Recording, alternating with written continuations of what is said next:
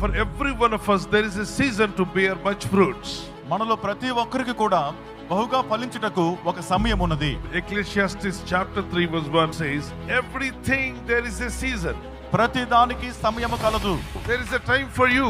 నీ కొరకు ఒక సమయం ఉంది. And time will come definitely. తప్పక ఆ సమయం నీ కొరకు వస్తుంది. That day you will bring much fruit. ఆ దినమున నీవు బహుగా ఫలిస్తావు. నీకంటూ ఒక కాలాన్ని పెట్టాడు దేవుడు. ఆ కాలంలో నువ్వు ఫలమిచ్చే చెట్టుగా మారుతావు. నీకో సమయం ఉంది. ఆ సమయంలో నువ్వు ఫలించబోతున్నావు. నువ్వు తప్పక వర్ధిల్లే రోజు వస్తుంది. నువ్వు అభివృద్ధి పొందే రోజు కూడా వస్తుంది. ఈ ప్రపంచంలో ఫలాలు కాసే ప్రతి చెట్టుకి దేవుడు ఒక సమయాన్ని పెట్టాడు. ఆ సీజన్ లోనే ఆ చెట్టు బాగా ఫలిస్తుంది. మ్యాంగో చెట్టు శీతాకాలంలో సీతాఫలాలు కాయడం చూసిందట. మామిడి చెట్టు శీతాకాలంలో ఎంతో ఏడ్చి ప్రార్థన చేసి ఉంటుంది. దేవా నాకు ఫలాలు దయచేయి, శీతల ఫలాలు ఉన్నప్పుడు నాకెందుకు ఫలం లేదు, నేను చెట్టునే కదా, అది చెట్టే కదా, దానికి ఫలాలు ఇచ్చావు, నాకెందుకు ఇవ్వలేదు.